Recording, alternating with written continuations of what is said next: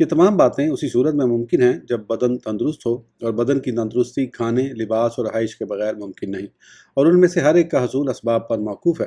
تو ان میں سے جس قدر بندے کو حاجت ہو اس قدر آخرت کی نیت سے لینے پر وہ دنیا دار شمار نہیں ہوگا، اور دنیا اس کے حق میں آخرت کی کھیتی کی طرح ہوگی۔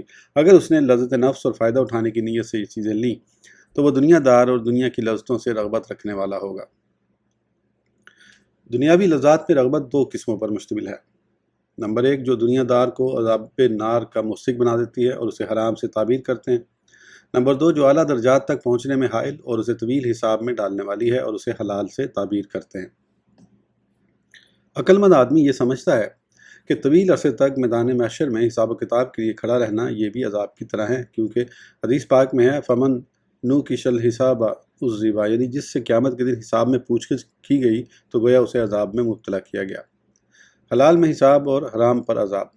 حضور نبی اکرم صلی اللہ تعالیٰ علیہ وآلہ وسلم نے ارشاد فرمایا حلالھا حساب و حرامھا عذاب، یعنی دنیا کے حلال میں حساب اور حرام پر عذاب ہے۔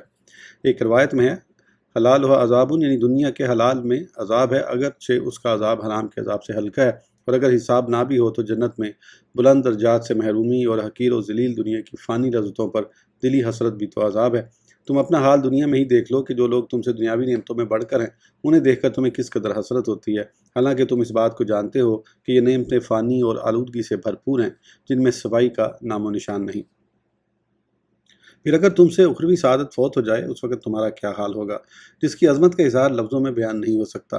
زمانے گزر گئے مگر اس کی انتہا نہ ہوئی۔ جو شخص دنیا کی کسی نعمت سے فائدہ اٹھاتا ہے، اگرچہ پرندے کی آواز جتنا یا سبزے کی طرف دیکھتا ہے یا ٹھنڈا پانی پیتا ہے، تو اسی قدر اس کی اخروی نعمت میں کمی ہوتی ہے۔ حضور صلی اللہ تعالیٰ علیہ وسلم کے فرمان کا بھی یہی مطلب ہے جو آپ نے ٹھنڈے پانی سے متعلق امیر المومنین حضرت سیدنا عمر فاروق اعظم رضی اللہ عنہ سے ارشاد فرمایا ھذا من النعیم الذی تسأل عنہ، یعنی ان نعمتوں میں سے ہے جن کے بارے میں تم سے سوال ہوگا۔ آخرت میں سوال کا جواب دینے میں ذلت، خوف، خطرہ اور مشقت و انتظار ہے، اور یہ سب کچھ اخروی نقصان کا باعث ہے۔ اسی لیے جب امیر المومنین حضرت سیدنا عمر فاروق اعظم رضی اللہ عنہ کو پیاس لگی تو آپ کو شہد ملا ٹھنڈا پانی پیش کیا گیا، آپ اسے ہاتھوں میں گھماتے رہے اور پھر یہ کہتے ہوئے پینے سے منع فرما دیا ایزلوا عنی حسابھا، یعنی مجھ سے اس کا حساب دور کرو۔ حاصل کلام، دنیا قلیل ہو یا کثیر، حلال ہو یا حرام، سب ملعون ہے، مگر جو تقوی پر مددگار ہو وہ مقدار اس سے خارج ہے، یعنی دنیا میں شامل نہیں۔ تو جو اللہ عز و جل کی جس قدر معرفت رکھتا ہے وہ اسی قدر دنیا کی نعمتوں سے بچتا ہے۔ حضرت سیدنا عیسیٰ روح اللہ علیہ نبینا علیہ السلام ایک مرتبہ اپنے سر کے نیچے پتھر رکھ کر سو رہے تھے کہ شیطان نے آ کر کہا آپ بھی دنیا کی طرف راغب ہو گئے۔ یہ سن کر آپ علیہ السلام نے وہ پتھر سر کے نیچے سے نکال کر پھینک دیا۔ حضرت سیدنا سلیمان علیہ نبینا علیہ السلام اپنی بادشاہی میں لوگوں کو لذیذ کھانے کھلاتے اور خود جو کی روٹی تناول فرماتے، یہ انہوں نے اپنے نفس کا امتحان لیا اور اس پر سختی کی۔ لذیذ کھانوں کی موجودگی میں ان پر قدرت کے باوجود صبر کرنا بڑی ہمت کا کام ہے۔ یوں ہی اللہ عز و جل نے امام الانبیاء صلی اللہ تعالیٰ علیہ وآلہ وسلم کو دنیاوی نعمتوں سے دور رکھا، حتیٰ کہ آپ کئی دن تک کھائے بغیر رہتے اور بھوک کے باعث شکم اتھر پر پتھر باندھتے۔ یہی وجہ ہے کہ اللہ عز و جل نے انبیاء کرام علیہ السلام، اولیاء عظام اور دیگر مقربین کو درجہ و درجہ آزمائشوں میں مبتلا کیا، اور یہ سب کچھ ان پر شفقت اور احسان کے طور پر کیا تاکہ انہیں آخرت سے وافر حصہ ملے۔ جیسے شفیق باپ اپنے بیٹے کو پھلوں کی لذت سے منع کرتا ہے، اسے فسد اور پچنے لگانے پر مجبور کرتا ہے، تو اس کا یہ کرنا بخل کے باعث نہیں ہوتا بلکہ بچے پر شفقت اور اسے محبت کی وجہ سے ہوتا ہے۔ اس گفتگو سے معلوم ہو گیا جو اللہ عز و جل کے لیے نہ ہو وہ دنیا ہے، نہ کہ وہ جو اللہ عز و جل کے لیے ہو۔ کون سی شے اللہ عز و جل کے لیے ہے؟ سوال، اگر آپ کہیں کہ کون سی شے اللہ عز و جل کے لیے ہے تو اس کا جواب یہ ہے کہ اشیاء کی 3 قسمیں ہیں۔ نمبر 1، وہ اشیاء جو اللہ عز و جل کے لیے نہیں ہو سکتی انہیں گناہوں اور ممنوعات سے تعبیر کیا جاتا ہے، اور اسی میں مختلف مباح نعمتوں سے لذت حاصل کرنا بھی داخل ہے، اور یہ قسم صورت اور معنی دونوں کے لحاظ سے خالص مضمون دنیا کے تحت داخل ہے۔ نمبر 2، وہ اشیاء جو اللہ عز و جل کے لیے صورتاً ہو سکتی ہیں اور غیر اللہ کے لیے بھی اس کا ہونا ممکن ہے۔ یہ 3 چیزیں ہیں، ذکر، فکر اور خواہشات سے بچنا۔ جب یہ تینوں امور پوشیدہ ہوں اور حکم الہی اور خوف آخرت کے علاوہ ان کا کوئی باعث نہ ہو تو یہ اللہ عز و جل کے لیے ہیں، اور اگر فکر سے اس کی غرض ایسے علم کا حصول ہے جس کے ذریعے اس کی شہرت اور مخلوق کے درمیان پذیرائی ہو اور اس کا چرچا ہو، یا ترک خواہش سے اس کی غرض مال بچانا یا اپنے کو تندرست رکھنا یا لوگوں میں زاہد مشہور ہونا ہو، تو یہ معنی کے لحاظ سے دنیا ہے، اگرچہ صورتاً اسے اللہ عز و جل کے لیے ہی گمان کیا جائے گا۔ نمبر 3، وہ اشیاء جو صورتاً نفس کے لیے ہوتی ہیں اور معنوی اعتبار سے اللہ عز و جل کے لیے بھی ہو سکتی ہیں، جیسے کھانا، نکاح اور ہر وہ کام جس میں اس کی اور اس کی نسل کی بقا ہے۔ اگر اس سے اس کا مقصود نفس کی خوشی ہے تو یہ دنیا ہے، اور اگر مقصود تقویٰ پر مدد حاصل کرنا ہے تو یہ معنوی اعتبار سے اللہ عز و جل کے لیے ہے، اگرچہ صورتاً اس کا شمار دنیا میں ہوتا ہے۔ حضور صلی اللہ تعالیٰ علیہ وسلم نے ارشاد فرمایا، من طلب الدنیا حلالا مکاسرا مفاخرا لاقی اللہ وهو علیہ غضبان ومن طلبها استعفافا عن المسألة وصيانة لنفسه جاء يوم القيامة ووجهه كالقمر لیلۃ البدر، یعنی جو شخص مال حلال اس لیے طلب کرے تاکہ اسے بڑھائے اور دوسروں پر فخر کرے، وہ اللہ عز و جل سے اس حال میں ملے گا کہ اللہ عز و جل اس پر غضبناک ہوگا، اور جو شخص مال حلال اس لیے طلب کرے تاکہ خود کو سوال کرنے سے بچائے اور اپنے نفس کی حفاظت کرے، تو وہ قیامت کے دن اس طرح آئے گا کہ اس کا چہرہ 14ویں چاند کے رات کی طرح چمکتا ہوگا۔ دیکھیے نیت کی تبدیلی سے کس طرح حکم تبدیل ہو گیا۔ معلوم ہوا کہ دنیا اس جلد حاصل ہونے والے حصے کا نام ہے جس کا آخرت سے کوئی تعلق نہیں۔ اسے ہوا یعنی خواہش سے بھی تعبیر کیا گیا ہے۔ اس فرمان باری تعالیٰ میں اسی طرف اشارہ ہے۔ وَنَهَى النَّفْسَ عَنِ الْهَوَىٰ فَإِنَّ الْجَنَّةَ هِيَ الْمَأْوَىٰ، سورہ النازعات۔ ترجمہ، اور نفس کو خواہش سے روکا تو بے شک جنت ہی ٹھکانہ ہے۔ اور خواہش نفس کا مجموعہ 5 امور ہیں جنہیں اللہ عز و جل نے یوں بیان فرمایا ہے، انما الحیات الدنیا لعب ولہو وزینۃ وتفاخر بینکم وتکاثر فی الاموال والاولاد، سورہ الحدید۔ ترجمہ، کہ دنیا کی زندگی تو نہیں مگر کھیل کود اور آرائش اور تمہارا آپس میں بڑائی مارنا اور مار اور اولاد میں ایک دوسرے پر زیادتی چاہنا۔ ان 5 سے جو کچھ حاصل ہوتا ہے وہ 7 امور ہیں جنہیں اللہ عز و جل نے اپنے اس فرمان میں جمع فرمایا ہے۔ زُيِّنَ لِلنَّاسِ حُبُّ الشَّهَوَاتِ مِنَ النِّسَاءِ وَالْبَنِينَ وَالْقَنَاطِيرِ الْمُقَنطَرَةِ مِنَ الذَّهَبِ وَالْفِضَّةِ وَالْخَيْلِ الْمُسَوَّمَةِ وَالْأَنْعَامِ وَالْحَرْثِ ذَلِكَ مَتَاعُ الْحَيَاةِ الدُّنْيَا، سورہ آل عمران۔ ترجمہ، لوگوں کے لیے آراستہ کی گئی ان خواہشوں کی محبت، عورتیں اور بیٹے اور تلے اوپر سونے چاندی کے ڈھیر اور نشان کیے ہوئے گھوڑے اور چوپائے اور کھیتی، یہ جیتی دنیا کی پونجی ہے۔ یہ بات تو آپ جان چکے ہیں کہ جو چیز اللہ عز و جل کے لیے ہو وہ دنیا میں شمار نہیں، اور بقدر ضرورت کھانا، مکان اور لباس جن سے رضائے الہی مقصود ہو وہ بھی اللہ عز و جل کے لیے ہیں، البتہ ان چیزوں کی کثرت تنعم یعنی عیاشی میں داخل ہے جو اللہ عز و جل کے لیے نہیں۔ تنعم اور ضرورت کے درمیان ایک درجہ ہے جسے حاجت سے تعبیر کرتے ہیں، اس کے 2 کنارے اور ایک درمیان ہے۔ ایک کنارہ ضرورت کے قریب ہے، یہ نقصان دہ نہیں کیونکہ ٹھیک حد ضرورت پر رہنا ممکن نہیں، اور ایک کنارہ جو پہلے والے کنارے کے مد مقابل ہے اور تنعم کے قریب ہے، اس سے بچنا چاہیے۔ ان دونوں کناروں کے درمیان متشابہات ہیں، ان سے بھی بچنا چاہیے، کیونکہ جو شخص شاہی چراگاہ کے قریب اپنا جانور چراتا ہے، قریب ہے کہ اس کے جانور شاہی چراگاہ میں پڑ جائیں، لہذا شبہات سے بچے اور تقوی اختیار کیے رہے، اور جہاں تک ممکن ہو انبیاء کرام اور اولیاء الظام علیہ السلام کی پیروی میں حد ضرورت کے قریب قریب رہے، کیونکہ یہ نفوس قدسیہ خود کو حد ضرورت تک ہی محدود رکھتے تھے۔ چنانچہ سیرت سیدنا اویس کرنی، حضرت سیدنا اویس کرنی علیہ رحمہ کے بارے میں مروی ہے کہ وہ اپنے نفس پر اس قدر سختی کیا کرتے کہ ان کے گھر والے انہیں مجنون سمجھتے تھے، چنانچہ انہوں نے ان کے لیے اپنے گھر کے دروازے کے قریب الگ مکان بنایا ہوا تھا۔ گھر والے انہیں سال 2 سال اور کبھی 3 سال کے بعد دیکھتے، اتنے عرصے میں کوئی بھی ان کی زیارت نہ کرتا۔ صبح کی اذان شروع ہوتے گھر سے نکلتے اور عشاء کے بعد تشریف لاتے، اور آپ کی غذا یہ ہوتی کہ آپ گری پڑی گٹھلیاں جمع کر لیتے، اور اگر کوئی سوکھی کھجور مل جاتی تو اسے افطار کے لیے رکھ لیتے، ورنہ گٹھلیاں بیچ کر بقدر ضرورت کھانے کی کوئی چیز لے لیتے۔ اور آپ رحمۃ اللہ تعالیٰ علیہ کے لباس یہ ہوتا کہ آپ کچرے کے ڈھیر پر پڑے پھٹے پرانے کپڑے اٹھا لیتے، جنہیں دریائے فرات پر دھو کر اور پھر سی کر پہن لیتے۔ آپ جب بچوں کے پاس سے گزرتے تو بچے آپ کو پتھر مارتے، آپ انہیں کہتے، اے بھائیو، اگر تم نے مجھے پتھر مارنے ہی ہیں تو چھوٹے چھوٹے پتھر مارو، مجھے ڈر ہے کہ کہیں میری پیٹھ خون آلود ہو جائے اور نماز کا وقت آ جائے اور میں پانی پر قدرت نہ پا سکوں۔ یہ ہے حضرت سیدنا اویس کرنی علیہ رحمہ کی مبارک سیرت۔ حضور نبی کریم صلی اللہ تعالیٰ علیہ وسلم نے ان کی فضیلت و عظمت بیان کرتے ہوئے فرمایا، انی لاجد نفس الرحمن من جانب الیمن، یعنی بے شک میں یمن کی طرف سے خوشبو رحمان پاتا ہوں۔ سیدنا فاروق اعظم اور سیدنا اویس کرنی رضی اللہ عنہما خلیفہ بننے کے بعد ایک مرتبہ امیر المومنین حضرت سیدنا عمر فاروق اعظم رضی اللہ عنہ نے حج پر آئے لوگوں سے خطاب کرتے ہوئے فرمایا، اے لوگو، تم میں سے جو عراق کے رہنے والے ہیں وہ کھڑے ہو جائیں۔ یہ سن کر تمام عراقی کھڑے ہو گئے۔ پھر فرمایا، اہل کوفہ کے علاوہ سب بیٹھ جائیں۔ تو اہل کوفہ کے علاوہ سب بیٹھ گئے۔ پھر آپ نے فرمایا قبیلہ مراد کے علاوہ سب بیٹھ جائیں، تو قبیلہ مراد کے علاوہ باقی سب بیٹھ گئے۔ پھر فرمایا کرن والوں کے علاوہ باقی بیٹھ جائیں، تو ایک ہی شخص کھڑا رہا، باقی سب بیٹھ گئے۔ آپ رضی اللہ تعالیٰ عنہ نے اس سے فرمایا کیا تم کرن سے تعلق رکھتے ہو؟ اس نے عرض کی جی ہاں۔ پوچھا کیا تم اویس کرنی کو جانتے ہو؟ یہ کہتے ہوئے آپ نے ان کا حلیہ بیان فرمایا۔ اس نے عرض کی جی ہاں، مگر اے امیر المومنین رضی اللہ تعالیٰ عنہ، جن کے متعلق آپ پوچھ رہے ہیں، ہمارے ہاں ان سے بڑھ کر کوئی احمق، مجنوں، بے سر و سامان اور کم تر نہیں۔ یہ سن کر آپ رضی اللہ تعالیٰ عنہ نے روتے ہوئے فرمایا میں نے حضور صلی اللہ تعالیٰ علیہ وآلہ وسلم کو فرماتے سنا ہے کہ اویس کرنی کی شفاعت سے قبیلہ ربیہ اور قبیلہ مضر کی تعداد کے برابر لوگ جنت میں داخل ہوں گے۔ سیدنا ابن حیان کی سیدنا اویس کرنی رحمۃ اللہ علیہ سے ملاقات۔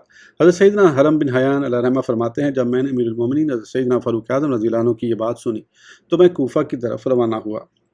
میرا وہاں جانے کا مقصد صرف حضرت سیدنا اویس کرنی علیہ رحمہ کی زیارت کرنا اور ان کی صحبت سے فیض یاب ہونا تھا۔ کوفہ پہنچ کر میں انہیں تلاش کرتا رہا۔ بالآخر میں نے انہیں دوپہر کے وقت فرات کے کنارے وضو کرتے پایا۔ جو نشانیاں مجھے ان کے متعلق بتائی گئی تھیں ان کی وجہ سے میں نے انہیں پہچان لیا۔ ان کا رنگ تیز گندمی، جسم فربا، سر منڈا ہوا، گھنی داڑھی اور چہرہ انتہائی باروب تھا۔ میں نے قریب جا کر انہیں سلام کیا۔ انہوں نے سلام کا جواب دیا اور میری طرف دیکھا۔ میں نے مسافہ کے لیے ہاتھ بڑھایا لیکن انہوں نے مسافہ نہ کیا۔ میں نے کہا اے اویس، اللہ عز و جل آپ پر رحم فرمائے، آپ کیسے ہیں؟ انہیں اس حالت میں دیکھ کر اور ان سے شدید محبت کی وجہ سے میری آنکھیں بھر آئیں اور میں رونے لگا۔ مجھے روتا دیکھ کر وہ بھی رونے لگے اور مجھ سے فرمانے لگے اے میرے بھائی حرم بن حیان، اللہ عز و جل آپ کو سلامت رکھے، آپ کیسے ہیں اور میرے بارے میں آپ کو کس نے بتایا کہ میں یہاں ہوں؟ میں نے جواب دیا اللہ عز و جل نے مجھے تمہاری طرف راہ دی ہے۔ یہ سن کر آپ رحمۃ اللہ تعالیٰ علیہ نے لا الہ الا اللہ اور سبحان اللہ کی صدائیں بلند کیں اور فرمایا بے شک ہمارے رب عز و جل کا وعدہ ضرور پورا ہونے والا ہے۔ پھر میں نے ان سے پوچھا آپ کو میرا اور میرے والد کا نام کیسے معلوم ہوا، حالانکہ آج سے پہلے نہ کبھی میں نے آپ کو دیکھا اور نہ ہی آپ نے مجھے دیکھا۔ یہ سن کر انہوں نے فرمایا مجھے میرے علیم و خبیر پروردگار عز و جل نے خبر دی ہے۔ اے میرے بھائی حرم بن حیان، میری روح تیری روح کو اس وقت سے جانتی ہے جب عالم ارواح میں تمام روحوں کی آپس میں ملاقات ہوئی تھی۔ بے شک بعض مومن اپنے بعض مومن بھائیوں کو جانتے ہیں اور وہ اللہ عز و جل کے حکم سے ایک دوسرے سے الفت و محبت رکھتے ہیں، اگرچہ ان کی ملاقات نہ ہوئی ہو، اگرچہ وہ ایک دوسرے سے بہت دور رہتے ہوں۔ پھر میں نے ان سے کہا اللہ عز و جل آپ پر رحم فرمائے، مجھے رسول اللہ صلی اللہ علیہ وآلہ وسلم کی کوئی حدیث سنائیے۔ یہ سن کر انہوں نے فرمایا رسول اللہ صلی اللہ تعالیٰ علیہ وآلہ وسلم پر میرے ماں باپ قربان، مجھے نہ تو حضور اکرم صلی اللہ تعالیٰ علیہ وسلم کی صحبت بابرکت نصیب ہوئی اور نہ ہی میں ان کی زیارت سے مشرف ہو سکا۔ البتہ اتنا ضرور ہے کہ میں نے ان عظیم ہستیوں کی زیارت کی ہے جن کی نظریں میرے آقا و مولا حضور صلی اللہ تعالیٰ علیہ وآلہ وسلم کے چہرے کی زیارت کر چکی ہیں۔ میں اس بات کو پسند نہیں کرتا کہ اپنے اوپر اس بات کا دروازہ کھولوں کہ لوگ مجھے محدث، مفتی یا قاضی کہیں۔ میں لوگوں سے دور رہنا چاہتا ہوں اور اپنی اس حالت پر خوش ہوں۔ پھر میں نے ان سے کہا ہے میرے بھائی مجھے اللہ عز و جل کے کلام ہی سے کچھ سنا دیجیے اور مجھے کچھ نصیحت فرمائیے تاکہ اسے یاد رکھوں۔ بے شک میں آپ سے صرف اللہ عز و جل کی رضا کی خاطر محبت کرتا ہوں۔ یہ سن کر حضرت سیدنا اویس کرنی علیہ رحمہ نے میرا ہاتھ پکڑا اور اعوذ باللہ السمیع العلیم من الشیطان الرجیم پڑھ کر فرمایا میرے رب عز و جل کا کلام سب کلاموں سے اچھا ہے۔ پھر سورہ دخان کی یہ آیات مبارکہ تلاوت فرمائیں وما خلقنا السماوات والارض وما بینہما لاعبین ما خلقناہما الا بالحق ولکن اکثرہم لا یعلمون ان یوم الفصل میقاتہم اجمعین یوم لا یغنی مولا عن مولا شیئا ولہم ینصرون الا من رحم اللہ انہ هو العزیز الرحیم۔ سورہ دخان ترجمہ۔ اور ہم نے نہ بنائے آسمان اور زمین اور جو کچھ ان کے درمیان ہے کھیل کے طور پر، ہم نے انہیں نہ بنایا مگر حق کے ساتھ، لیکن ان میں اکثر جانتے نہیں۔ بے شک فیصلے کا دن ان سب کی میعاد ہے، جس دن کوئی دوست کسی دوست کے کچھ کام نہ آئے گا اور نہ ان کی مدد ہوگی مگر جس پر اللہ رحم کرے، بے شک وہی عزت والا مہربان ہے۔ پھر ایک زوردار چیخ ماری۔ میں یہ سمجھا شاید آپ بے ہوش ہو گئے ہیں۔ جب آپ کو کچھ افاقہ ہوا تو فرمانے لگے اے ابن حیان، تیرا باپ فوت ہو چکا، ان قریب تو بھی اس دنیا سے رخصت ہو جائے گا، پھر یہاں تو تیرا ٹھکانہ جنت ہوگا یہاں جہنم۔ اے ابن حیان، تیرا جد امجد حضرت سیدنا آدم صفی اللہ علیہ نبینا علیہ الصلوۃ والسلام اور تیری والدہ حضرت سیدنا حوا رضی اللہ تعالیٰ عنہا اس فانی دنیا سے جا چکے ہیں۔ حضرت سیدنا نوح نجی اللہ، حضرت سیدنا ابراہیم خلیل اللہ، حضرت سیدنا موسیٰ کلیم اللہ، حضرت سیدنا داؤد اور ہمارے پیارے آقا حضور صلی اللہ تعالیٰ علیہ وسلم بھی اس دنیا سے پردہ فرما چکے ہیں۔ خلیفۃ المسلمین حضرت سیدنا ابوبکر صدیق رضی اللہ عنہ بھی وصال فرما چکے، اور میرے بھائی اور دوست امیر المومنین حضرت سیدنا عمر فاروق اعظم رضی اللہ عنہ کا بھی وصال ہو گیا۔ یہ کہہ کر آپ ہائے عمر کہنے لگے۔ جب میں نے یہ سنا تو کہا، یہ آپ کیا فرما رہے ہیں؟ امیر المومنین رضی اللہ تعالیٰ عنہ تو حیات ہیں، ان کا بھی وصال نہیں ہوا۔ یہ سن کر حضرت سیدنا اویس کرنی رضی اللہ عنہ علیہ رحمہ نے فرمایا، مجھے میرے پروردگار عز و جل نے خبر دی ہے اور میرا دل اس بات کی گواہی دیتا ہے کہ ان کا انتقال ہو چکا ہے۔ عنقریب میں اور آپ بھی اس فانی دنیا سے رخصت ہو جائیں گے۔ پھر انہوں نے بارگاہ رسالت میں درود السلام کے گجرے نچاور کیے اور آہستہ آواز میں دعا مانگنا شروع کی۔ پھر فرمایا، اے حرم بن حیان، میری ایک نصیحت ہمیشہ یاد رکھنا، اللہ عز و جل کی کتاب کو پکڑے اور صالحین کے طریقے کو اپنائے رہنا۔ مجھے تمہارے اور اپنے مرنے کی خبر مل چکی ہے، ہمیشہ موت کو یاد رکھنا، اپنے دل کو دنیا میں نہ الجھانا، جب اپنی قوم کے پاس جاؤ تو انہیں عذاب آخرت سے ڈرانا اور تمام لوگوں کے خیر خواہ اور ناصح بن کر رہنا۔ مسلمانوں کی جماعت سے کبھی بالشت بر بھی جدا نہ ہونا۔ اگر تم سواد اعظم یعنی مسلمانوں کی بڑی جماعت سے جدا ہوگے تو دین سے اس طرح جدا ہو جاؤ گے کہ تمہیں معلوم بھی نہ ہوگا، پھر تم جہنم میں داخل ہوگے۔ پھر فرمایا، اے میرے بھائی، تم اپنے لیے بھی دعا کرنا اور مجھے بھی دعاؤں میں یاد رکھنا۔ اس کے بعد آپ رحمۃ اللہ تعالیٰ علیہ بارگاہ الہی میں عرض گزار ہوئے، اے پروردگار عز و جل، حرم بن حیان کا گمان ہے کہ یہ مجھ سے تیری خاطر محبت کرتا اور تیری رضا کی ہی خاطر مجھ سے ملاقات کرنے آیا ہے۔ اے اللہ عز و جل، مجھے جنت میں اس کی پہچان کرا دینا اور جنت میں اسے میرا پڑوس دینا۔ اے اللہ عز و جل، جب تک یہ دنیا میں رہے اس کی حفاظت فرما، اسے تھوڑی دنیا پر راضی رہنے کی توفیق عطا فرما۔ اے اللہ عز و جل، اسے جو نعمتیں تو نے عطا کی ہیں ان پر شکر کرنے والا بنا، میری طرف سے اسے خوب بھلائی عطا فرما۔ پھر مجھ سے فرمایا، ابن حیان، تجھ پر اللہ عز و جل کی رحمت اور خوب برکتیں ہوں۔ آج کے بعد میں تجھ سے ملاقات نہ کر سکوں گا، بے شک میں شہرت کو پسند نہیں کرتا۔ جب میں لوگوں کے درمیان ہوتا ہوں تو سخت پریشان اور غمگین رہتا ہوں، بس مجھے تو تنہائی بہت پسند ہے۔ آج کے بعد تم میرے متعلق کسی سے نہ پوچھنا اور نہ ہی مجھے تلاش کرنا، میں ہمیشہ تمہیں یاد رکھوں گا، اگرچہ تم مجھے اور میں تمہیں نہ دیکھ سکوں گا۔ میرے بھائی، تم مجھے یاد رکھنا، میں تمہیں یاد رکھوں گا، میرے لیے دعا کرتے رہنا۔ اللہ عز و جل نے چاہا تو میں بھی تمہیں یاد رکھوں گا اور تمہارے لیے دعا کرتا رہوں گا۔ اب تم اس سمت چلے جاؤ اور میں دوسری طرف چلا جاتا ہوں۔ یہ کیا کر آپ رحمۃ اللہ تعالیٰ علیہ ایک طرف چل دیے۔ میں نے خواہش ظاہر کی کہ کچھ دور تک آپ کے ساتھ چلوں، لیکن آپ نے انکار فرما دیا اور ہم دونوں روتے ہوئے ایک دوسرے سے جدا ہو گئے۔ میں مڑ کر آپ کو جاتے ہوئے دیکھ رہا تھا، حتیٰ کہ آپ ایک گلی کی طرف مڑ گئے۔ اس کے بعد میں نے آپ کو بہت تلاش کیا، لیکن آپ مجھے نہ مل سکے اور نہ ہی کوئی ایسا شخص ملا جو مجھے آپ کے متعلق خبر دیتا۔ اللہ عز و جل ان پر رحم فرمائے اور ان کی بخشش فرمائے، آمین۔ تو آخرت میں رغبت رکھنے والوں کی سیرت اس طرح تھی جو دنیا سے آراز کیے ہوئے تھے۔ دنیا کے بارے میں اب تک جو کچھ بیان کیا گیا اور انبیاء کرام و اولیاء اعظام کی سیرت کے متعلق جو کچھ گزرا، اس سے معلوم ہوتا ہے کہ زمین کے اوپر اور آسمان کے نیچے جو کچھ ہے وہ دنیا ہے، سوائے ان کاموں کے جو اللہ عز و جل کے لیے ہوں۔ دنیا کی ضد آخرت ہے اور اس میں ہر وہ کام داخل ہے جس سے رضائے الہی مقصود ہو۔ چنانچہ اللہ عز و جل کی اطاعت پر قوت حاصل کرنے کے لیے بقدر ضرورت دنیا سے لینا دنیا میں شمار نہیں۔ اس بات کو ہم ایک مثال سے واضح کرتے ہیں۔ مثلا ایک حاجی سفر حج میں یہ قسم اٹھائے کہ وہ سوائے حج کے کسی اور کام میں مشغول نہیں ہوگا، پھر وہ ذات راہ کی حفاظت، سواری کے چارے اور مشق کے سینے یا کسی ایسے کام میں مشغول ہو جائے جو حج کے سلسلے میں اس کے لیے ضروری ہے، تو اس کی قسم نہیں ٹوٹے گی اور وہ حج کے علاوہ کسی اور کام میں مشغول نہیں کہلائے گا۔ پس بدن نفس کی سواری ہے جس کے ذریعے زندگی کا سفر طے کیا جاتا ہے، تو بدن کو علم و عمل کے راستے پر چلنے کے لیے جس قدر قوت کی حاجت ہوتی ہے اس قدر دنیا سے حاصل کرنا آخرت سے ہے، نہ کہ دنیا سے۔ ہاں، اگر بدن کو لذت دینا اور ان اسباب سے لطف اندوز ہونا مقصود ہو تو یہ راہ آخرت سے انحراف ہے اور ایسے شخص کے دل کے سخت ہونے کا خوف ہے۔ حضرت سیدنا محمد بن عبید تنافسی علیہ رحمہ فرماتے ہیں، میں مسجد حرام کے باب بنو شیبہ پر 7 دن سے بھوکا تھا۔ 8ویں رات کو میں نے نیم بیداری کی حالت میں کسی کو یہ کہتے سنا، سنو جو دنیا سے حاجت سے زائد لے گا اللہ عز و جل اس کے دل کو اندھا کر دے گا۔ یہ تمہارے حق میں دنیا کی حقیقت کا بیان تھا، اسے خوب اچھی طرح سمجھ لو، اللہ عز و جل تمہیں ہدایت عطا فرمائے گا۔ صلو علی الحبیب صلی اللہ تعالی علی محمد، توبوا الی اللہ، استغفر اللہ، صلو علی حبیب صلی اللہ تعالی علی محمد۔ اس ویڈیو کے لیے اتنا ہی، پھر انشاءاللہ اگلی ویڈیو میں آگے کنٹینیو کریں گے۔ اس وقت تک کے لیے اجازت دیجیے، سبسکرائب کرنا نہ بھولیں۔ اللہ حافظ۔